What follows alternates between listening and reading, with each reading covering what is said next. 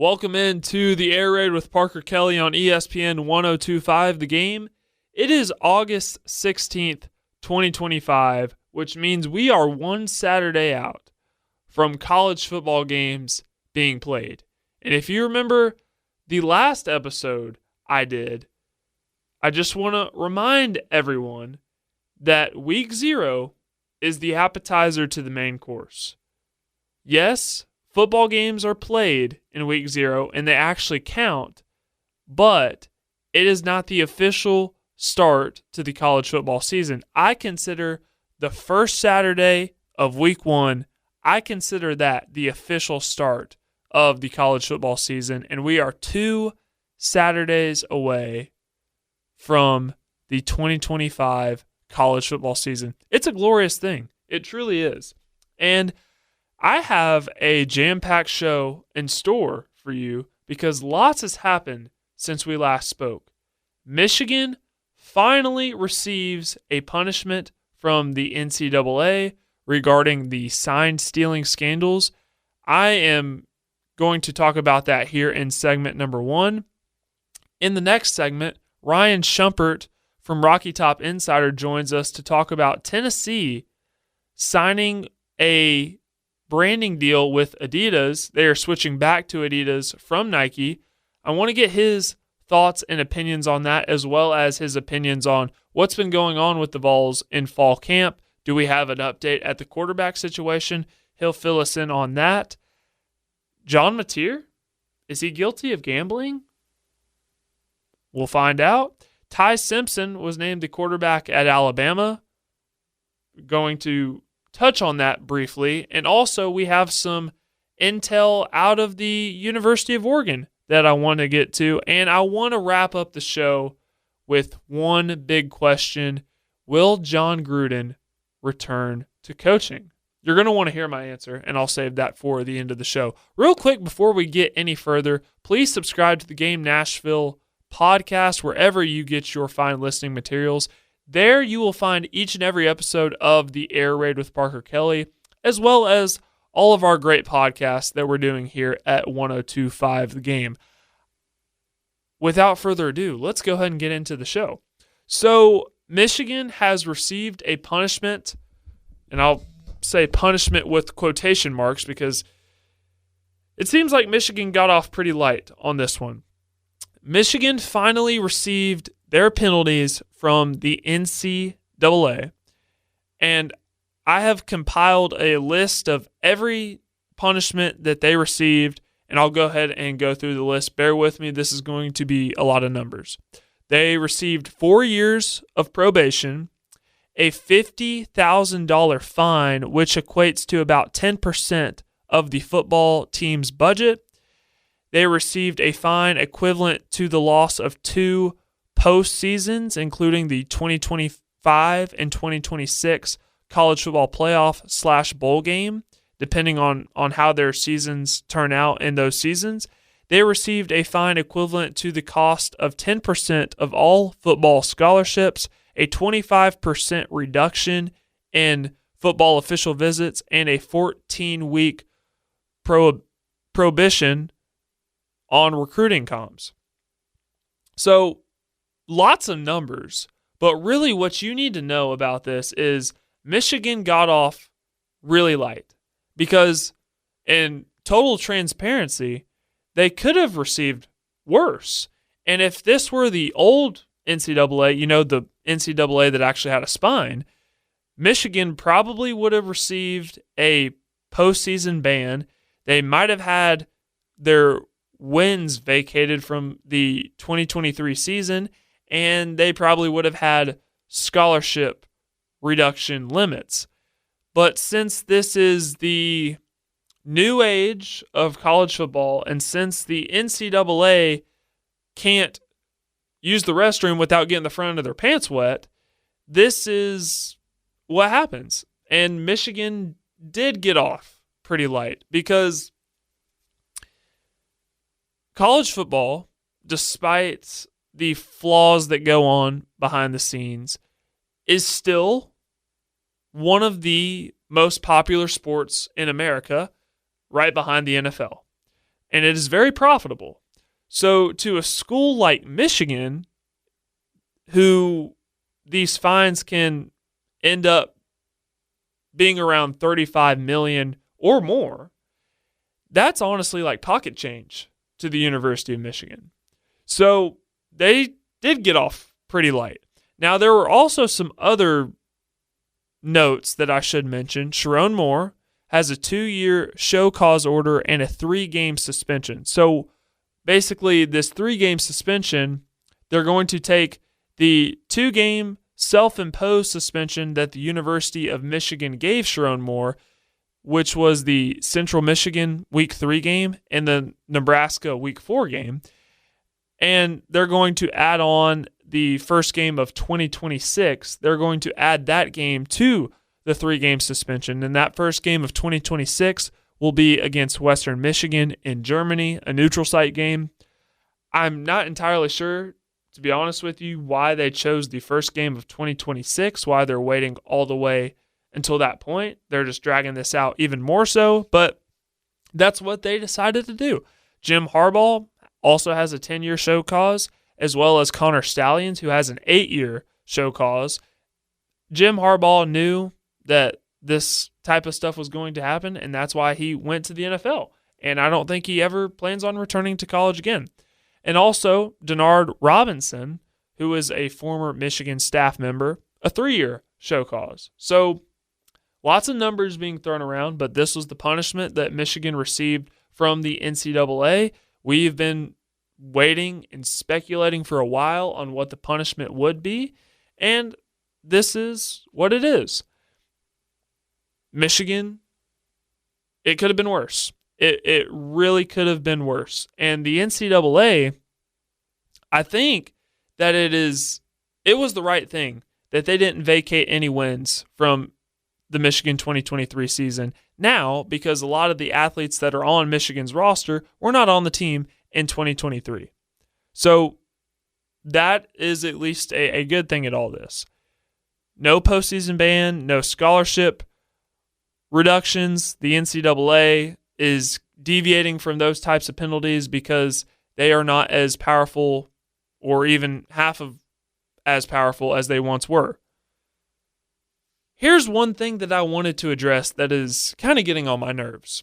And people, I've mainly seen this on social media, and people are running away with this idea that Michigan cheated their way to the 2023 national title.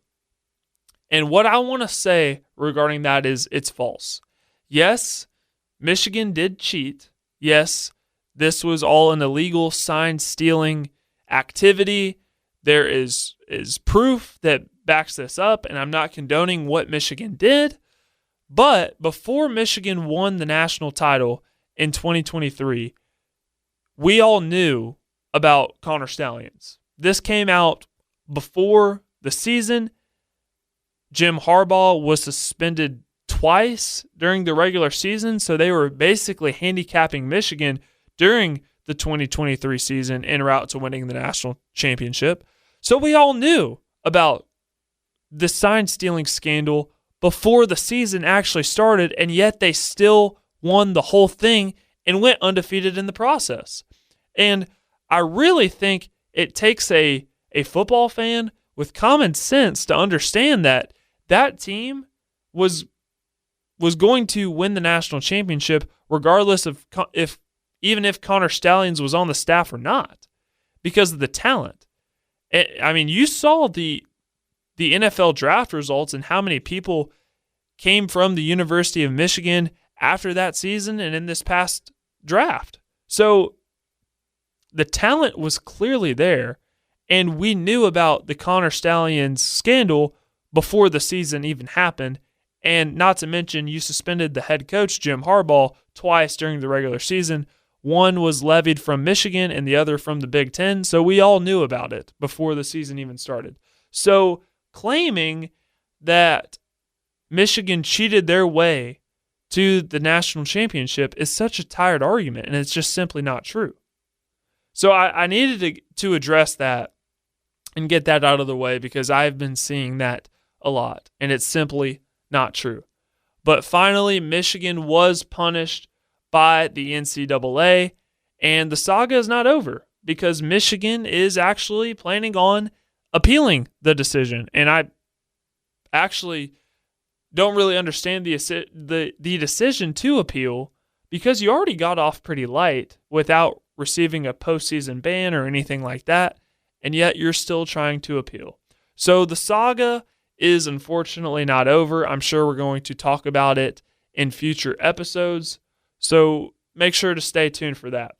But we have a lot coming up on this episode of The Air Raid with Parker Kelley. Coming up next, Ryan Schumpert of Rocky Top Insider joins us to break down the decision for Tennessee to switch back to Adidas, as well as some other fall camp storylines. You're going to want to stay in tune with that. That's coming up next, right here on The Air Raid with Parker Kelley. Welcome back into The Air Raid with Parker Kelley on ESPN 102.5 The Game. Big news coming out of the college football world yesterday as Tennessee made the official switch back to Adidas from Nike, and with that, we welcome in Ryan Schumpert of Rocky Top Insider. Ryan, thank you for coming on today. How's it going? I'm doing well, Parker. How you doing? Doing all right, man. I got to know, what is the latest update with the car situation? The car is nothing too serious. Just I think I got some sort of nail in the tire or something like that because it keeps on losing air pretty quickly, but not going completely deflated either. So not going completely off the rails. That's a good thing, right?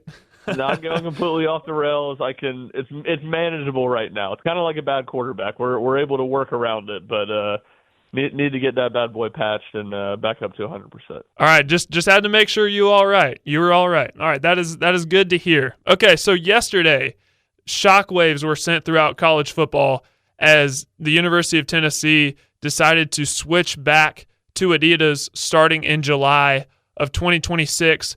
When did you first hear about this news? Because I know it's been talked about for a while, but officially came out yesterday. When did you first hear that this was official, and what was your reaction?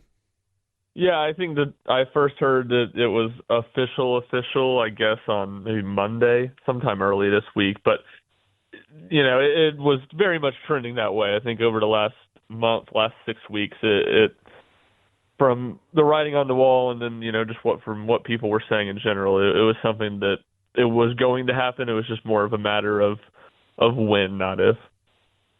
Absolutely. And again, this has been talked about amongst Tennessee circles for a long time. So we kind of all knew it was coming, but still it was a bit of a shocker when it came out. Were you in favor of this move? Because I'd say it's about 50-50 when it comes to Tennessee fans, because obviously Nike is a really cool brand, but I do know Adidas was paying more on the deal. What was your reaction?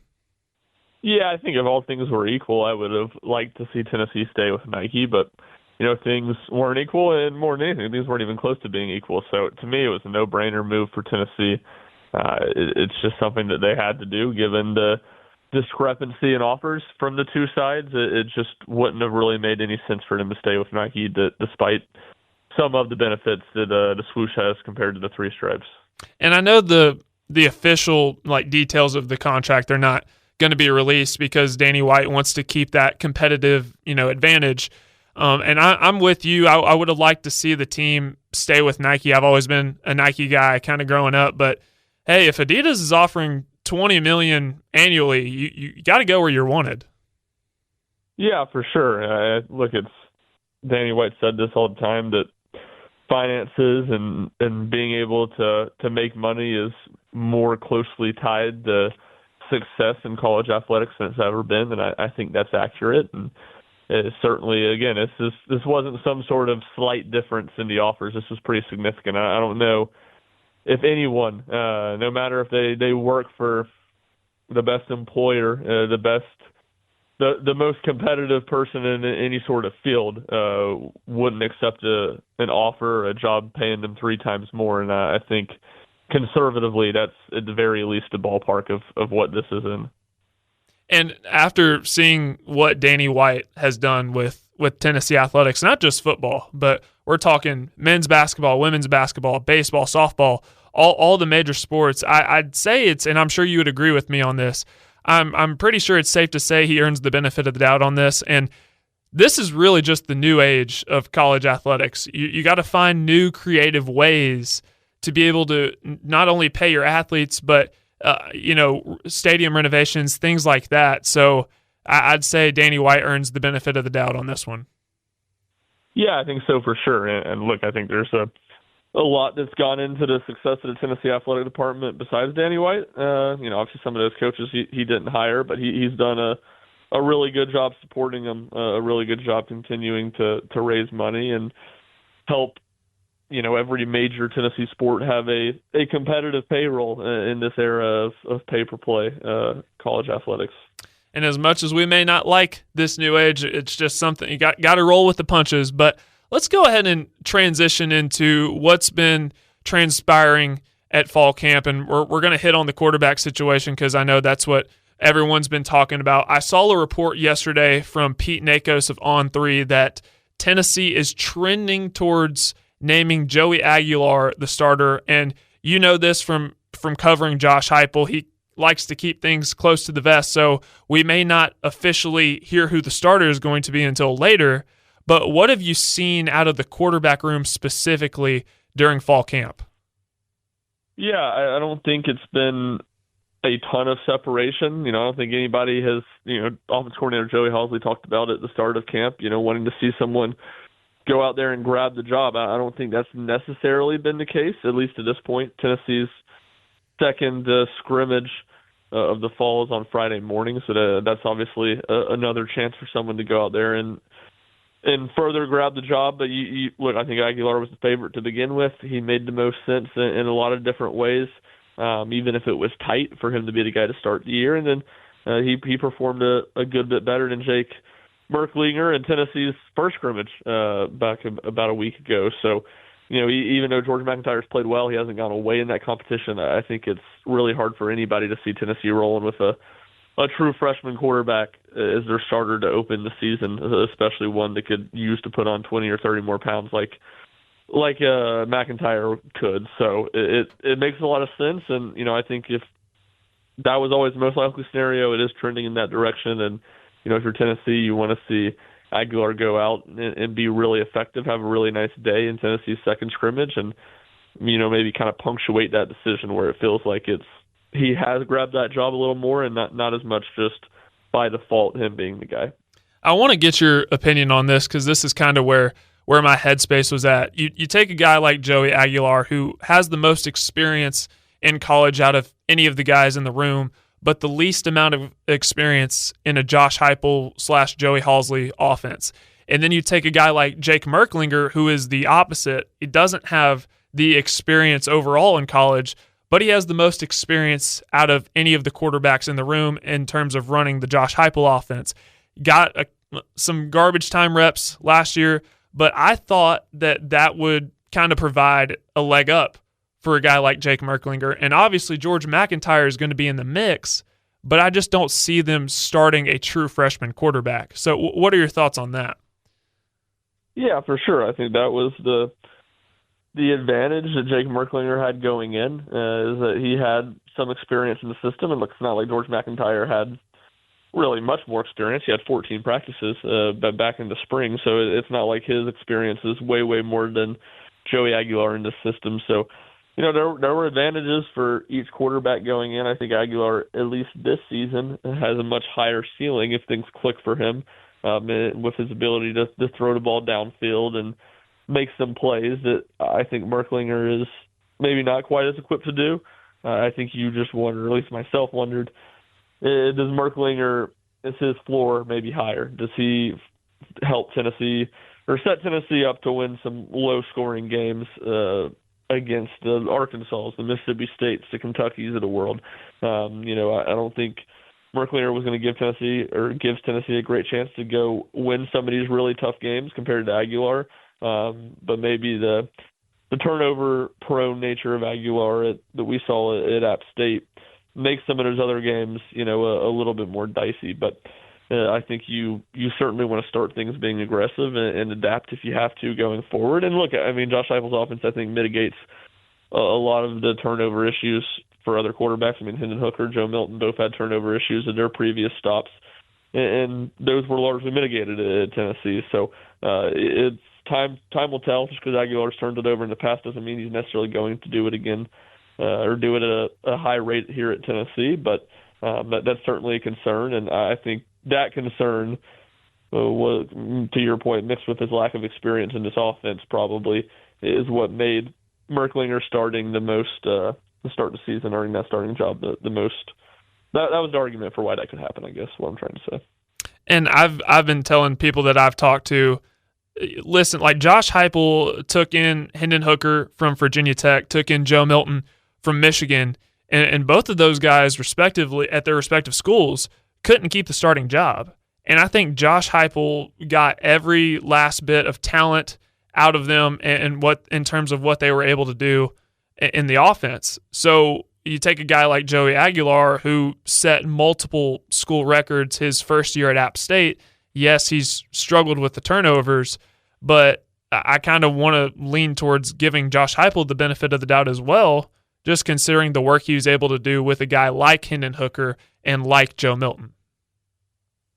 Yeah, for sure. I mean, look, we'll see what ends up happening. I think more than anything else, Josh Heupel would love for his offense to get back to what it was in 21 and 22 and being very aggressive and being able to hit on throws down the field. I think that's one, just in general, how he'd like to play. And two, I think, with Nico gone, there's a little bit more pressure on him for Tennessee's offense to be effective and really, frankly, to be better than it was the last 2 years. So I don't think there's any doubt that Aguilar gives them the best chance to do that with some of his arm talent, with his experience playing college football. And we're not kind of focusing on a broader perspective of the offense.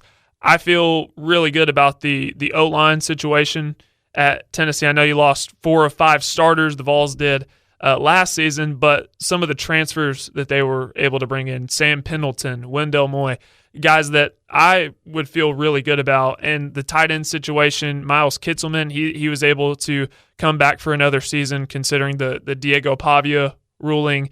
A guy like Ethan Davis, who it hasn't all come together on the field for him yet, but is super athletic, super talented. But kind of taking a 50,000-foot view here, what is the biggest concern, not including the quarterback, what's the biggest concern for this Tennessee offense heading into 2025? Well, I think it just ties in with the quarterback. It's the passing game. I mean, just from a roster standpoint, I think quarterback and receiver are the two biggest question marks on this roster. I think if you're Tennessee, you feel really good about what you have at tight end. You feel really good about what you have at running back. Like you said, I think there's certainly questions on the offensive line, as there's always going to be when you lose 4 of 5 starters from a year ago. But there is a lot easier to see the path to the offensive line being good as opposed to the receivers. And I think that was already a concern at receiver, but it's been all the more so with just some of the injuries they've had. Look, today was practice number 11. We didn't get to watch it. It was they've locked us out, so maybe things changed today. I kind of doubt they did. But for the first 10 practices, there wasn't one single practice in which every single Tennessee receiver, projected starting receiver, all practice together. So when you're talking about building chemistry, you're talking about a lot of young guys with Mike Matthews and Braylon Staley who haven't played a lot of football. They need to be out there getting reps, and they just haven't been able to do that at a complete rate. So when you consider all that, I think it's just the passing game as a whole, and it's not just as simple as concerns about quarterback. Because I know there have been some, like you mentioned, injury situations with the receivers, Braylon Staley, Mike Matthews. They haven't been able to be out there really at the same time. So totally see how that could be a concern heading into 2025. Flipping over to the defense, two guys I want to hit on, Jermod McCoy, Boo Carter. First of all, how encouraging is it to see Jermod McCoy back out there practicing with the Vols? Yeah, it's another step in the right direction for sure to get him out there. He's not doing everything yet. I'd be pretty surprised if he's out there playing at Syracuse week 1, but it's a good step back in the right direction. As the first week and a half of fall practice, he was really just doing stuff off to the side and not doing any work with his teammates, not dressed out fully. So that's all a really good sign. And I think Tennessee's done a really good job of building their cornerback room.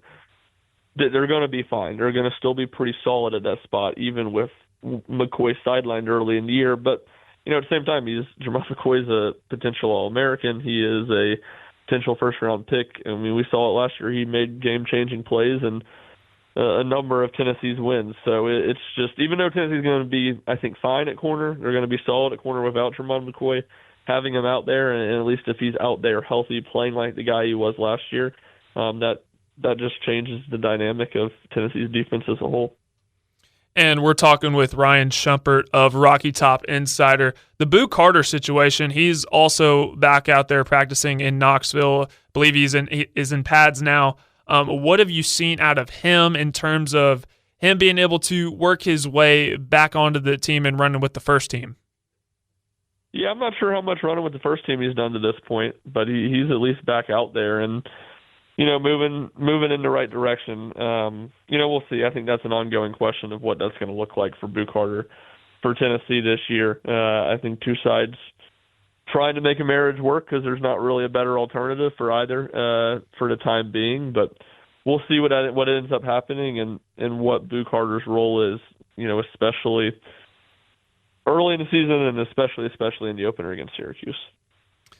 And the secondary, if we're going back to last year, was probably one of my biggest concerns for this defense. But I had we knew that defensive line was going to be really good, and they were running a rotation of, 13 guys or something like that. The defensive line should be pretty good again this year, but I feel really confident about the secondary, even if Boo Carter isn't out there. I've heard great things about Christian Hood, the transfer from Colorado, and obviously guys like Ricky Gibson. What have you seen in terms of this secondary being able to help the defense overall?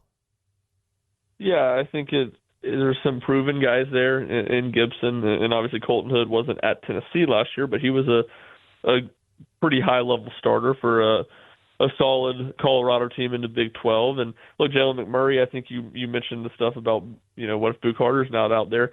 Jalen McMurray, he mostly played corner for Tennessee last year as a third corner, but he was good when he played, and he's a versatile guy who I think has been working a lot at star. I think would probably get the first crack there if Boo Carter is not out there starting for Tennessee in the opener. So you feel good about some of the positional versatility. There's a little bit of questions at safety. How do you replace Will Brooks?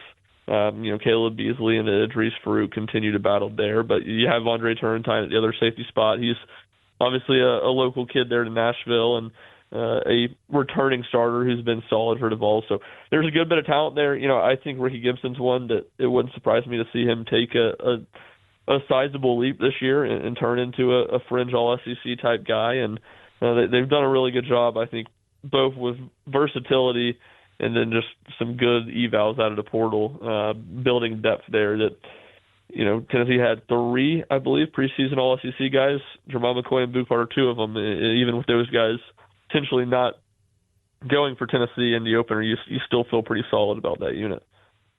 I got 2 more for you. So the AP poll, the first AP poll, preseason AP poll came out a few days ago, and Tennessee came in at number 24. Do you think that is fair or unfair? Yeah, I think that's fair. That's around where I would have had him, maybe a couple spots higher, but I just think that's the nature of preseason polls and the nature of college football as a whole. I'm not sure how much different there is between 15 and 25 in a lot of these rankings. I just don't think there's, I think Josh Pate does a good job with it, where he'll talk about, with his ratings and his system, which largely matches up with what Las Vegas has.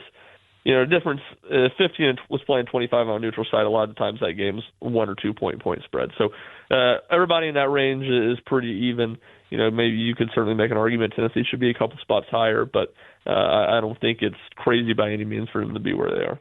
Really seems like it's 1 through 9 that are going to be your national championship contenders. And in this age of NIL, there's a little bit more parity in the sport, but really once you get outside of the the top 10, it's just kind of like a cluster of teams that you can make an argument should be ranked higher or should be ranked lower. Yeah, no doubt. I think, that's the nature of it too. Like I looked at, just looking at day people, there were a number of teams I looked at it and I was like, oh man, I feel like they're overrated. There weren't too many that I thought, oh man, I can't believe how lowly rated they are. They're really underrated. So, and the ones that I would argue were a little underrated were, to your point, teams in the top 9, like Alabama. I felt like, you could argue it should have been a couple spots higher. But even then, I don't, look at it and say, oh, it's crazy that Oregon or Notre Dame is ranked ahead of them either. So that's kind of the nature of it. Preseason rankings, they're a little bit easier in football than maybe they are in college basketball and college baseball. But after you get past the kind of proven teams at the top, it gets pretty messy and jumbled up, and it's just about anything can happen. I got one more for you, and I'm gonna hold your feet to the fire on this one. Not sure if you've done this already, but I need a record prediction for the Vols in 2025. I'm looking at 4 games that I have circled. It's the Georgia game, the Alabama game, Oklahoma, and Florida. The good news is the Vols get 2 of those games at home, and when you're considering the overall scope of the SEC, I'd say it's a relatively easier SEC schedule. Still not easy, but an easier SEC schedule. What do you think the record will be for the Vols in 2025? Yeah, I think that's one of the main reasons to be positive is it's a very easy schedule, given that it's in, like you said, an SEC schedule. And, Syracuse being the big out-of-conference game is certainly easy. UAB, New Mexico State, I think ESPN's FPI rankings have them like near the very bottom of FBS teams. So the non-conference schedule is pretty manageable too. I would probably say 8-4 is where I land at. I could see them, winning one of those games that you mentioned, Oklahoma probably being the most likely. We'll see what Florida looks like. That game being so late in the year, it's kind of hard to project right now, and also hard to project because we just don't know what DJ Lagway what his availability is going to look like. Though certainly later in the year bodes better for him to be playing as opposed to early. So we'll see. That's kind of where I land. I think to me almost the big question is, can Tennessee avoid that bad loss on the road? They've had that every single year under Josh Heupel, or at least every single year since 2022. 21 they lost games on the road. I don't think any of those losses were overly shocking either, just because of where the program is at. But Mississippi State and Kentucky, those are games on paper Tennessee really shouldn't lose. They should win all those games. Can they do what they're supposed to do and beat teams that they're better than on the road? Because certainly that's not been a given for Tennessee, despite how successful they've been the last handful of years. They've let up and kind of let one get away from them that they probably shouldn't have. There we have it. That's Ryan Schumpert with Rocky Top Insider. Ryan, really appreciate you taking some time to come on today, and best of luck with the car situation. Yeah, appreciate it, Parker. I'll talk to you again sometime soon. We're back here on the Air Raid with Parker Kelley on ESPN 102.5 The Game. I have some more intel and storylines to get to. This is going to be a loaded segment. So it came out earlier this week, some Venmo history for a certain quarterback down in Norman, Oklahoma, and Jon Mateer, with some transactions that had the word gambling involved in it. So, of course, everybody decided to take to the Twitter streets and make some accusations and speculations and all of the above. And I'm not going to spend too much time on that because Jon Mateer released a statement saying that he did not gamble. The University of Oklahoma released a statement, said they had no knowledge of an investigation that's going on surrounding Jon Mateer. Again, I'm not going to spend too much time on that because the NCAA has other things to worry about, as we learned yesterday. But I do want to talk about Jon Mateer. And I want to make a very, I'm not going to say bold, but I want to make a very definitive statement.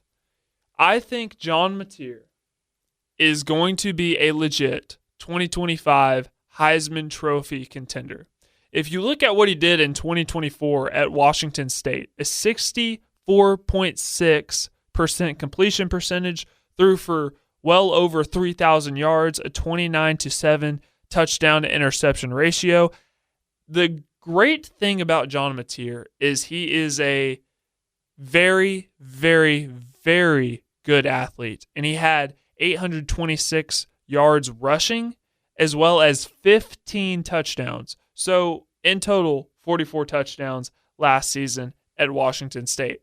Jon Mateer was one of the nation's best-kept secrets because he's out there playing on the West Coast, playing after a lot of people have already gone to bed. I'm sure a healthy amount of you did not watch a lot of Jon Mateer at Washington State last season.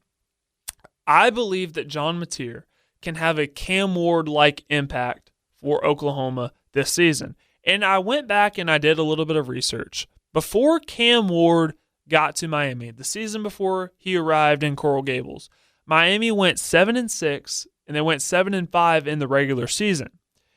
They followed up that season by going 10-2 in the regular season and were this close to making the college football playoff and also having a spot in the ACC championship game. Oklahoma, the season before Jon Mateer last year, went 6-6 in the regular season and also lost that bowl game to Navy, so 6-7. I think Jon Mateer, despite the really tough schedule for Oklahoma, can have a Cam Ward-like impact. His offensive coordinator, I talked about this ad nauseum. His offensive coordinator from Washington State comes over to Oklahoma, likes to run the air raid offense. He's been listening to this podcast. Runs the air raid offense. Jon Mateer has not had to learn a new scheme, a new system. It's the exact same offense that he ran in Pullman last year. He's going to have some weapons. Oklahoma did lose a lot of players in the receiving room to the transfer portal, but they also maintained some good ones, led by Deion Burks, who was a transfer from Purdue 2 seasons ago. Did not get the chance to play a whole lot last year due to injury, but Deion Burks, a lot of people are going to know by the end of this season. If you haven't heard of him already, Deion Burks is an absolute stud, and they sing his praises down in Norman, Oklahoma. So, Jon Mateer, despite the difficult schedule, I believe he can take that offense to the next level, which is something that we're not used to saying about Oklahoma considering their struggles last year on offense. And I believe that had a lot to do with the scheme that Seth Luttrell ran, more so than the more so than the players that they had on the roster. I believe it more so had to do with the scheme. But the defense is going to be very solid, in my belief, once again, under Brent Venables. You remember the defenses that he had at Clemson, and he was able to turn Oklahoma into a defensive juggernaut last season, which they were not that under Lincoln Riley. And now it was like we got the inverse of Oklahoma last year. Defense was great, offense was not. Now, can Jon Mateer bring a little bit more balance to that offense? And if he can elevate that offense to really, really good, watch out for Oklahoma. They can shock a lot of people in the SEC, even with a difficult schedule. In other news, out of Tuscaloosa, Ty Simpson was named the starting quarterback for Alabama for their season opener at Florida State. This is a really big deal because Kalen DeBoer was asked at SEC Media Days, if the season were to start today, who would be the starter? And he said Ty Simpson. Ty Simpson would be the starter if they played their game back then, and he was announced as QB1 for Bama for their opener at Florida State. Ty Simpson's a guy that you root for. He's had several chances to leave Alabama when things did not go his way, when he did not get as much playtime as he probably thought that he should have. He had several opportunities to leave, and not to mention you lose the greatest college coach of all time in Nick Saban to retirement. You bring in Kalen DeBoer, Ty Simpson sticks around, and I think it's going to pay dividends for him because now Kalen DeBoer is reunited with an old friend of his in Ryan Grubb, who is his offensive coordinator at Washington, and they've worked together in previous stops. Ryan Grubb and Ty Simpson, I believe, are going to mesh very, very well. Jalen Milroe for whatever reason, it just did not work out under Kalen DeBoer. And that can be attributed to a lot of things. I don't want to make a blanket statement about why that necessarily didn't work. But I believe Ty Simpson is more of a prototypical fit for a Kalen DeBoer / Ryan Grubb scheme.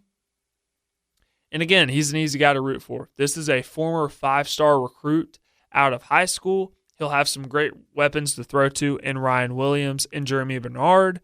So I believe that this could go very well for Alabama. And honestly, Ty Simpson doesn't have to be elite, because I believe Alabama is going to be elite on the defensive side of the ball.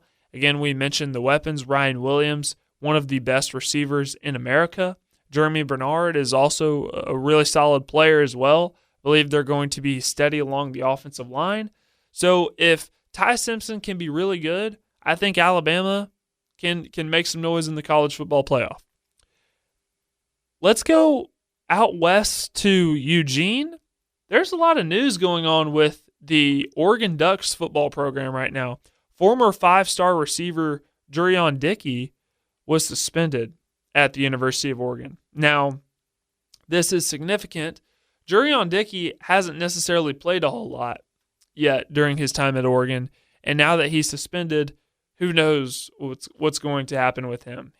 Dan Lanning hinted at the fact that he could return to the team at some point, or he hinted at the fact that he may transfer out. We're not entirely sure what's going to happen, but this is significant because if you remember, we talked about Oregon losing wide receiver Evan Stewart to a season-ending knee injury. So they're already, I'm not going to say thin, because Oregon has recruited at a very high level and they have plenty of talent in the room. But when you already lose what you perceive to be your top receiver heading into the season, and then you lose a former 5-star on top of that, it puts more pressure on the guys that are already there. Expect significant workload from guys like DeCorian Moore, who was the number 1 wide receiver in the 2025 class. Gary Bryant is also in there, and Kenyon Sadiq, who is going to be their tight end 1. Expect a lot more targets to go to those types of players. We're just continuing to talk about former 5-stars because on the other side of the ball for Oregon, former 5-star safety Trey McNutt had a leg injury and is expected to miss the entirety of the season. So I don't think Trey McNutt was going to necessarily be a starter for the Ducks, but I could have seen him getting a lot of play time. But again, when you lose a depth piece like that, it puts more pressure on the starters. Luckily for the Ducks, they hit the transfer portal and they hit it really hard. They got a safety from Purdue and Dylan Thieneman, who was the number 1 safety in the transfer portal. And I already expect really big things from him this season. So that is just some news, some storylines, some intel from around the country in the world of college football. We got one more segment to go here on the Air Raid. Will Jon Gruden return to coaching? You're not going to want to miss my answer. Coming up next. Final segment here on the Air Raid with Parker Kelley on ESPN 102.5 The Game. Will Jon Gruden return to coaching football? And my answer is yes. Jon Gruden will absolutely be a college football head coach sometime in the near future. I'm sure you saw the video of him speaking to the Georgia football team and telling them that he would absolutely love to be in the SEC coaching football. He used some words that I'm not exactly allowed to repeat or else I might get fired, so I'm not going to tell you everything that he said, but the gist of what he said is he wants to return to coaching. And if you look at the college football landscape nowadays and all that a head coach is required to do. Now, this isn't saying that head coaches have not been required to do a lot in the past, because they always have been. But now you tack on NIL and transfer portal, having to worry about who's going to transfer out of your program, who can you bring in from the portal. On top of that, you have to recruit high school and then NIL, having to attend fundraisers. There's a lot on a college football head coach's plate nowadays. And I look at Jon Gruden, and I look at everything that he's done during his time with Barstool, and you can't tell me that the man does not love football and that he would bring a passion, he would bring an energy, he would bring a kickstart to a program that really needs it. You can't tell me that that's simply not the case. And to be honest, like everybody that it seems like Jon Gruden talks to or everybody that Jon Gruden speaks to, they love him. And how could you not? How could you not love Jon Gruden? I've seen video after video after video of him speaking to players, of him, Gruden's QB class. All those quarterbacks love him. They come in knowing exactly who Jon Gruden is, and you can just really tell that they love Jon Gruden. And part of a key to retaining your team is for you to have a good relationship with the players and for them to love you just as much as you love them. I think players would love playing for Jon Gruden. Jon Gruden's not going to be an easy guy to play for. He's going to demand perfection, and he's going to be a hard-nosed, but at the end of the day, I feel like he's a guy that you would want to play for. And you would run through a brick wall for him. Every time I hear him talk, I wish that I could put on the shoulder pads one more time. So Jon Gruden is absolutely going to be a college football head coach soon. And it might be sooner rather than later. I guess we'll just have to wait to find out. Really appreciate you tuning into this episode of The Air Raid with Parker Kelley. Game week. It's next week. We have games. Actual games being played. Week 0. One more weekend. And football is here. We're going to also ramp up the content here on The Air Raid with Parker Kelley. So make sure that you are subscribed to the Game Nashville Sports Network because we are going to be pumping out episodes left and right. Also, make sure you're following me on the socials at Parker_Kelley10. I'm going to have lots of great content coming out for you guys here this fall. We'll be back with an episode shortly. In the meantime, take care and have a safe weekend.